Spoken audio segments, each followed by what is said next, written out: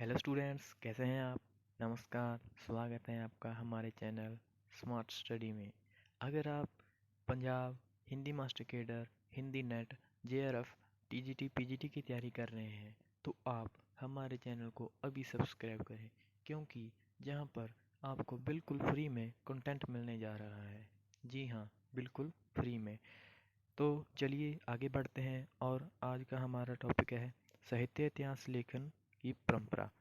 इससे पहले हम पहले विद्वान गारसादा तासी और दूसरे विद्वान ठाकुर शिव सिंह सिंगर के बारे में पिछली वीडियो में पढ़ चुके हैं। अगर आपने वो वाली वीडियो नहीं देखी तो प्लेलिस्ट में जाकर पहले वो वाली वीडियो देख लें, ताकि क्रम से आप चलते चलें। और हमारे तीसरे विद्वान हैं जॉर्ज ग्रियर्सन। जॉर्ज ग्रियर्सन तीसरे विद्वान का नाम है जॉर्ज ग्रियर्सन, और इनकी रचना का नाम है दी modern vernacular literature of northern Hindustan. इनकी रचना का नाम है दी modern vernacular literature of northern Hindustan. और जो ये ग्रंथ है, इसकी भाषा क्या है? इसकी भाषा है अंग्रेजी भाषा। इसकी भाषा है अंग्रेजी, और इसकी पद्धति है कालानुक्रम पद्धति। कालानुक्रम पद्धति क्या है, ये भी हमने पहले वीडियो में जाना था। कालानुक्रम पद्धति है जिसमें समय को आधार बनाकर, अर्थात जन्म तिथि के आधार पर रचनाकारों का विवरण दिया जाता है। और इस ग्रंथ का प्रकाशन किस वर्ष में हुआ था? इस ग्रंथ का प्रकाशन हुआ था 1888 ईस्वी में। ये सभी बातें हमें याद करनी होंगी, क्योंकि पंजाब मास्टर केडर में ऐसे ही क्वेश्चंस एग्ज़ाम में देखने को मिलते हैं।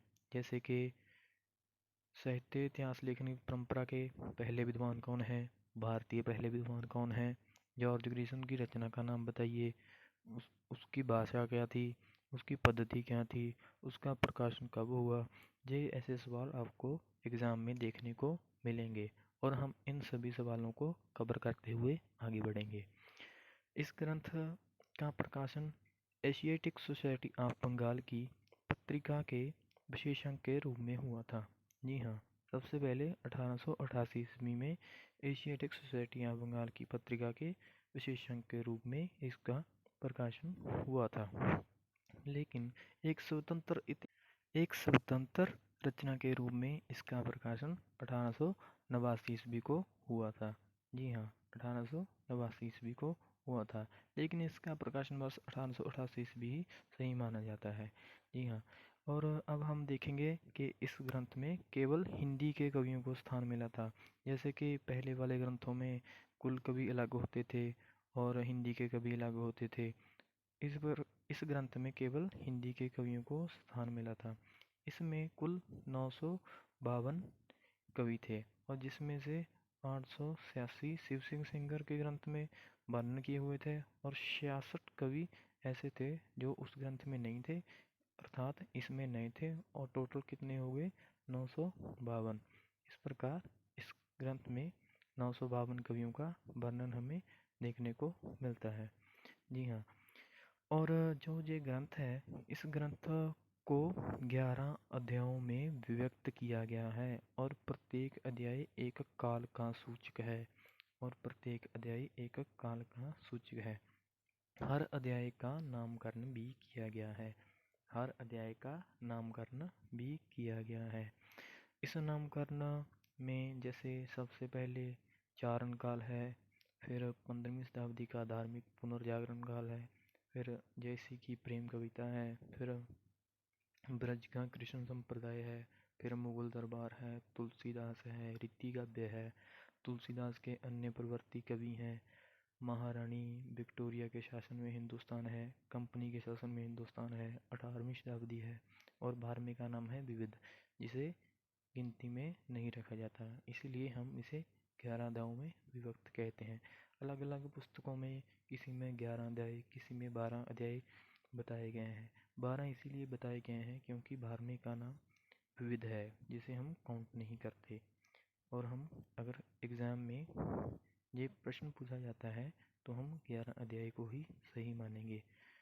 ये जो 11 अध्याय का विभाजन है, ये मेरे पास पीडीएफ है, मैं आपको वो पीडीएफ सेंड कर दूंगा। और अब हम पढ़ेंगे इस ग्रंथ की विशेषताएं। जी हाँ, डॉक्टर किशोरी लाल गुप्त ने ये बात कही थी कि सही अर्थों में हिंदी साहित्य का प्रथम इतिहास। डॉक्टर किशोरी लाल गुप्त मानते हैं कि सही अर्थों में हिंदी साहित्य का प्रथम इतिहास यही है और पहली बार नामकरण व काल विभाजन का प्रयास किया गया। इसके पहले वाले ग्रंथों में कोई भी नामकरण और काल विभाजन नहीं हुआ था। इस ग्रंथ में नामकरण और काल विभाजन का प्रयास किया गया। इसमें केवल हिंदी के कवियों को स्थान दिया गया। ये बहुत बड़ी विशेषता है कि इसमें केवल हिंदी के कवियों को स्थान दिया गया। डॉक्टर किशोरी लाल गुप्त ने इसका अनुवाद हिंदी साहित्य का प्रथम इतिहास के नाम से 1957 ईस्वी में प्रकाशित करवाया। जी हाँ, डॉक्टर किशोरी लाल गुप्त ने इस ग्रंथ का अनुवाद किया था। किस नाम से? हिंदी साहित्य का प्रथम इतिहास। कब? 1957 में प्रकाशित करवाया था। इस ग्रंथ के दोष ये हैं कि इसमें 14वीं शताब्दी के बारे में कुछ भी नहीं कहा गया। 14वीं शताब्दी का वर्णन ही नहीं है इस ग्रंथ में। जैसे कि वो काल विभाजन में 14वीं शताब्दी का वर्णन ही नहीं है। वैज्ञानिकता का अभाव है। इस ग्रंथ में वैज्ञानिकता का बहुत अभाव है और जो अध्याय हैं उनकी संख्या बहुत अधिक है। अध्यायों की संख्या बहुत अधिक है, जिसे इस ग्रंथ का दोष माना गया है। आचार्य रामचंद्र शुक्ल ने इस ग्रंथ को बड़ा वृत्त संग्रह कहा है। आचार्य रामचंद्र शुक्ल ने इस ग्रंथ को बड़ा वृत्त संग्रह कहा है। इससे पहले वाले ग्रंथ शिव सिंह सरोज को आचार्य शुक्ल ने क्या कहा था? याद कीजिए, उन्होंने क्या कहा था? उन्होंने कहा था वृत्त संग्रह। और नरसदा तांसी के ग्रंथ को क्या कहा था? उस ग्रंथ को भी वृत्त संग्रह कहा था। लेकिन जॉर्ज ग्रीसन के ग्रंथ को क्या कहा? बड़ा वृत्त संग्रह। जी हाँ, जॉर्ज ग्रीसन ने सबसे पहले भक्ति काल को हिंदी का स्वर्ण युग कहा था। ये प्रश्न बिल्कुल बहुत ज़्यादा इम्पोर्टेंट है। परीक्षा में हर बार पूछा जाता है कि हिंदी का स्वर्ण युग किसे कहा जाता है, तो कहा जाता है भक्ति काल को। और किसने कहा? जॉर्ज ग्रीसन ने। जी हाँ, जॉर्ज ग्रीसन ने भक्ति काल को हिंदी का स्वर्ण युग कहा। आदिकाल को क्या कहा? आदिकाल को इन्होंने चारण काल कहा। और जो हिंदी है उसको अंग्रेजों द्वारा आविष्कृत माना। हिंदी को अंग्रेजों द्वारा आविष्कृत माना। जी हाँ, हिंदी को अंग्रेजों द्वारा आविष्कृत माना। अब हम रिवीजन करते हैं। साहित्य लेखन परंपरा के तीसरे विद्वान जो हैं जॉर्ज ग्रीसन। इनकी रचना का नाम है दी modern vernacular literature of northern Hindustan. इनकी भाषा है अंग्रेजी। पद्धति है कालानुक्रम पद्धति। प्रकाशन है 1888। इस ग्रंथ का प्रकाशन एशियाटिक सोसाइटी ऑफ बंगाल की पत्रिका के विशेषण के रूप में हुआ था। इसमें केवल हिंदी के कवि थे। कवि कितने थे? 952 कवि थे। जी हाँ, और इसमें अध्याय कितने थे? इस ग्रंथ में 11 अध्याय थे।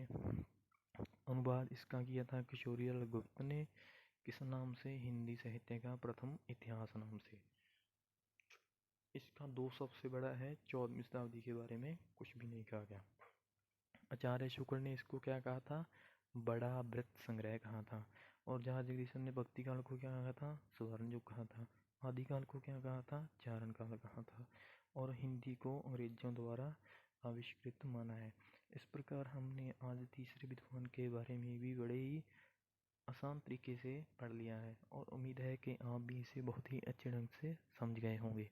आपने क्या करना है? आपने इन सभी विद्वानों के ग्रंथों के नोट्स बनाने हैं ताकि आप आसानी से इसे समझ सकें।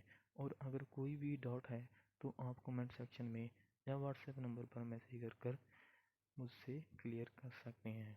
जी हाँ, और इस वीडियो को बहुत शेयर करें ताकि आगे आपके दोस्त भी फ्री में इसका लाभ उठा सकें। जी हाँ, इसके अलावा आपको इन विद्वानों के बारे में अलग से पढ़ने की ज़्यादा ज़रूरत नहीं है, क्योंकि प्रश्न इनमें से पूछे जाएंगे। एक भी प्रश्न बाहर नहीं जाने वाला, क्योंकि पंजाब मास्टर कैडर का लेवल इसमें से ही आएगा। जी हाँ, पंजाब मास्टर कैडर में इससे एक भी प्रश्न बाहर नहीं जाने वाला। आपको सिर्फ ये अच्छे से पढ़ना है, याद करना है और समझना है। अगर कोई भी प्रॉब्लम है तो आप मैसेज कर सकते हैं। और डिस्क्रिप्शन में टेलीग्राम के ग्रुप और व्हाट्सएप के ग्रुप का लिंक भी दिया गया है, आप उन्हें भी ज्वाइन कर सकते हैं। और चैनल को सब्सक्राइब करें ताकि आने वाली वीडियो आप तक पहुंच सके। जी हाँ, धन्यवाद।